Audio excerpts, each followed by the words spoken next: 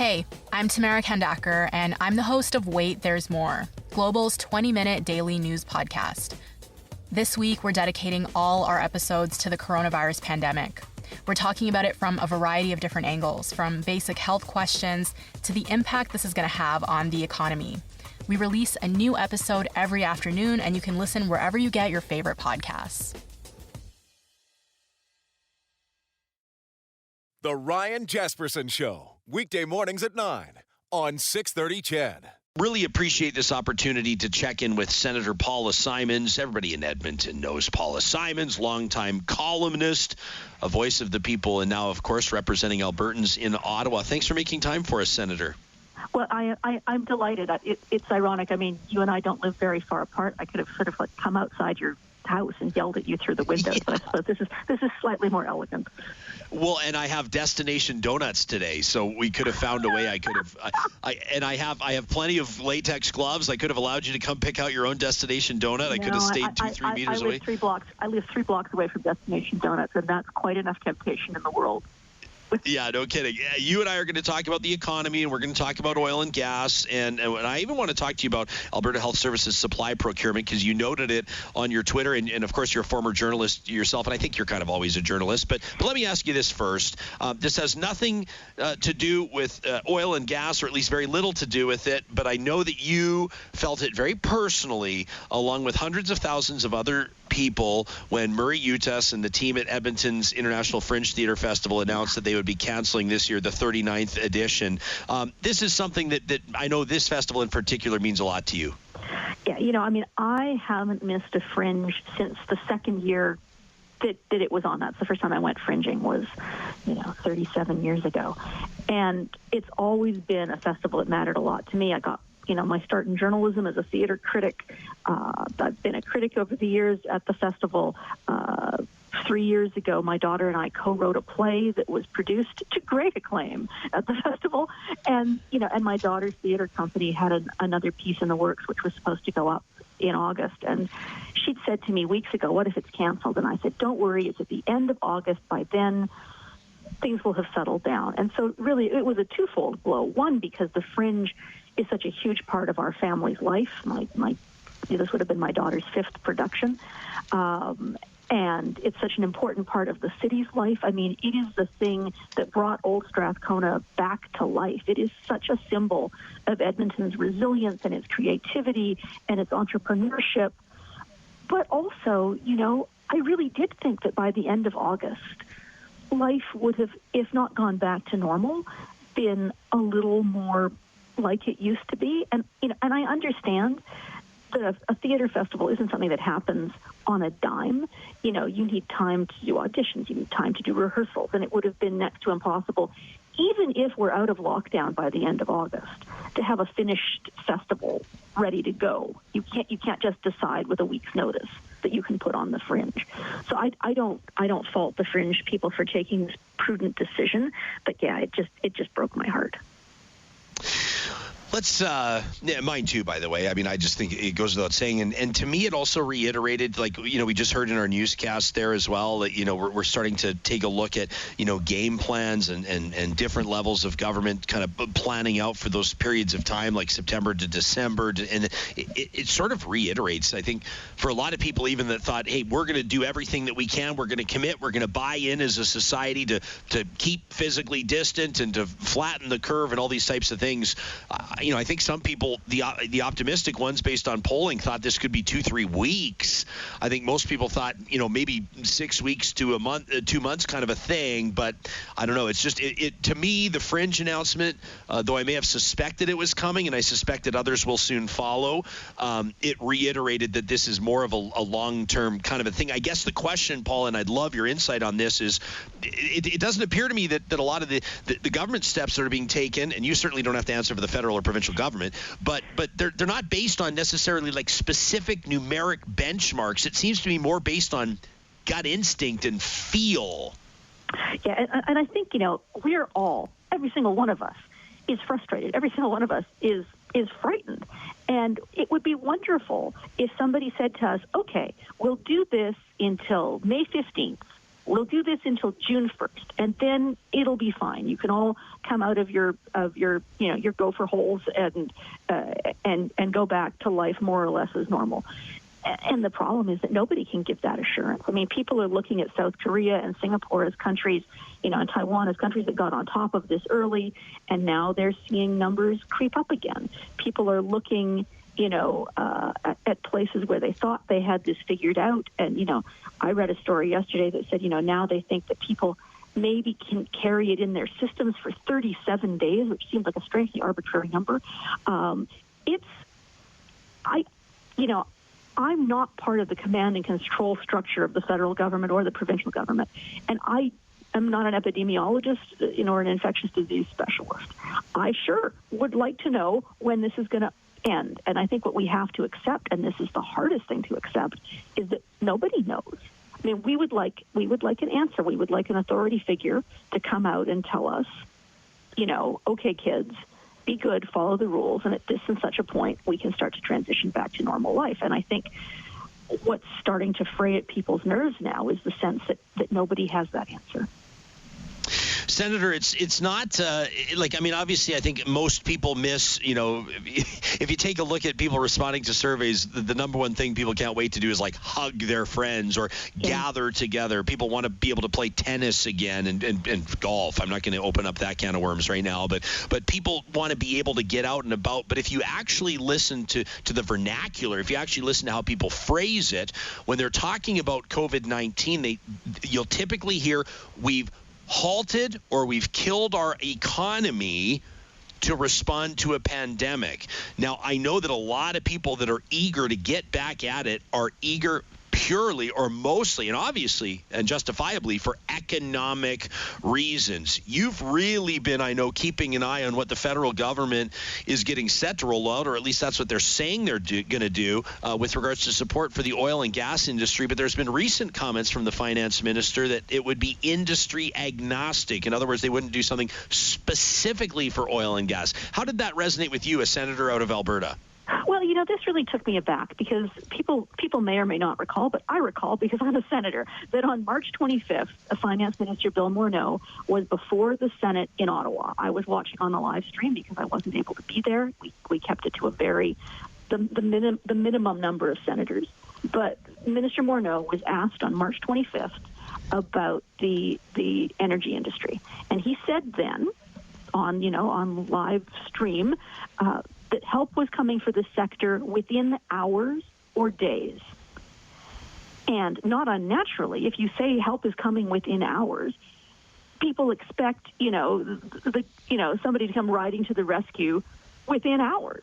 Now, he may have overpromised, he may have misspoken, he may have, thought better of it, but not unreasonably. I think people thought, okay, well, the government's heard that there's a problem and relief is coming. Then when Mr. Morneau was back before the Senate this last Saturday, my Senate colleague Vern White, who's a senator from Ottawa, asked a question on behalf of my Senate colleague Doug Black, who's a senator from Calgary, when is this relief coming? And the response was, over the course of a couple of different questions from different senators, that the relief plan would be sector agnostic. And the implication was that there would be nothing in particular for the energy sector beyond things like the 75% wage match and the CERB and the other things that will allow employers not to do massive layoffs and that will allow people to stay on payroll. I was taken aback, surprised, because that was not the kind of conversation that I'd been hearing. I'd spoken in the interim with Federal Natural Resource Minister Seamus O'Regan. I'd spoken with the Canadian Association of Petroleum Producers. People were expecting something. And so when there was nothing, and when there was an implication that there was nothing, I was taken aback. And so I did an interview about this on Power and Politics on the weekend. I guess it was on Monday, Easter Monday. And, Vashi ended the interview by saying, we've just heard, we have scuttlebutt coming from Cabinet. There's something coming within days. Well, that was Monday. This is Wednesday. There is no simple answer. A bailout check is not, I don't think there's any public appetite, especially outside Alberta, for a bailout check for the sector. And the sector is a complicated, heterogeneous thing. Big players like, the oil sands producers in Fort McMurray North are better off than a lot of people think. I've been speaking to industry analysts and industry people, and they are mature, established industries. They're still producing bitumen. There's still a market for bitumen, and they may actually benefit from the fact that the shale oil industry in North Dakota has taken a huge hit because their companies have much higher debt loads.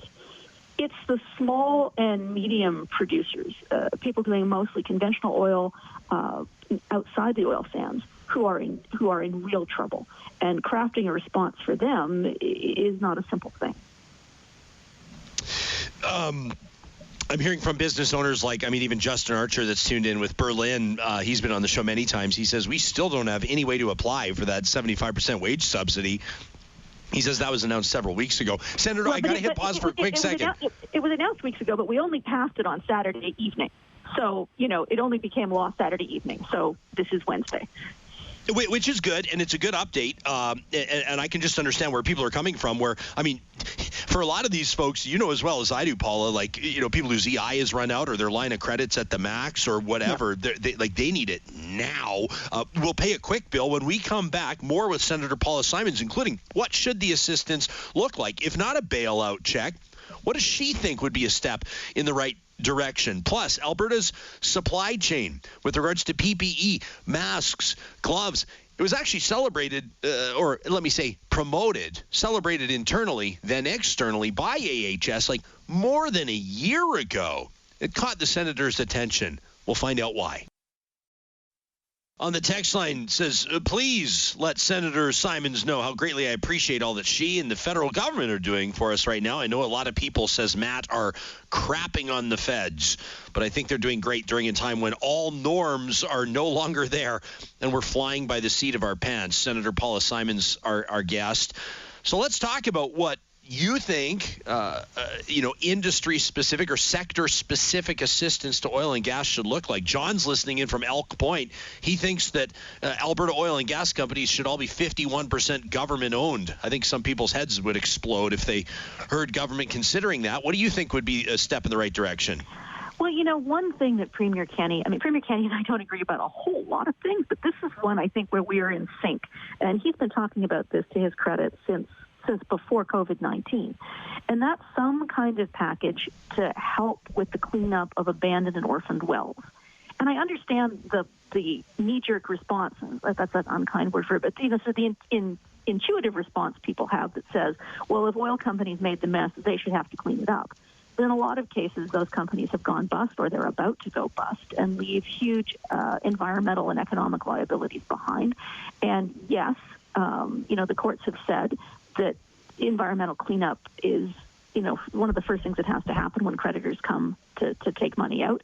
But you can't get blood from a stone. So in cases where there is no ability to do that oil field cleanup, I think we have to put, sort of principles, if I can put it that way, aside for a minute and say, okay, sure, it would be nice to make oil companies pay for this. If they can't pay for this, and we still have these environmental messes everywhere, we could get oil field service workers back to work cleaning up, and that would instantly give people jobs, good paying jobs, doing something practical and valuable that would improve, the quality of life for all Albertans, and get people back to work doing, dignified work that is not, that is not just some make work project. So, I know that the federal government had been talking about that, and that was one of the things I was expecting to see. Maybe that is still coming, fingers crossed. But I think just in general, when I've been speaking to industry players, what they're looking for is not bailout checks so much as backstops to liquidity, so that, they can get some kind of credit guarantee, that they can go to markets, borrow the money that they need to keep things operating. But there is no doubt that this is going to be, ugly and Darwinian for lots of small and medium, junior independent companies. This is going to be hard times. So, the other piece of this, and this was the question that I had actually asked the ministers with the help of my Senate colleague, Chantal Petitclerc. I was very honored that she put the question for me. And that is support for municipalities, especially municipalities in Alberta that are so intrinsically tied to the health of the energy sector. When you speak to mayors, as I've done, I've spoken recently to the mayors of Wood Buffalo and Cold Lake and Lloydminster and Whitecourt, places like that. They're worried about how they're going to collect property taxes and how they're going to get their utilities paid if everybody in town, can't pay for things. And so I think part of the federal response that will indirectly help with with energy sector exposed communities is to provide support for municipalities who are going to be caught in the crosshairs of the energy price war. Yeah, I want to let our listeners know, by the way, that we'll take the show today into overtime to hear Edmonton's Mayor Don Iveson at 12:15 updating the financial impacts of COVID-19 to the city of Edmonton, Senator, like you're talking about. They've also made a stimulus funding request to the government of Alberta. We'll get an update on that. You and I are going to have to talk some other time about orphan wells. The whole thing...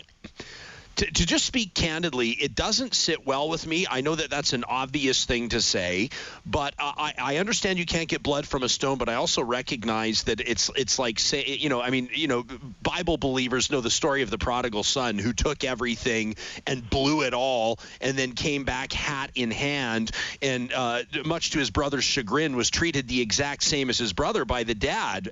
And I just really have a problem. And geez, I know that I'll probably get. I was always the Hermione Granger do-good kid. I always sympathized with the other son, but we have to remember that the moral of that story is that you're supposed to be forgiving.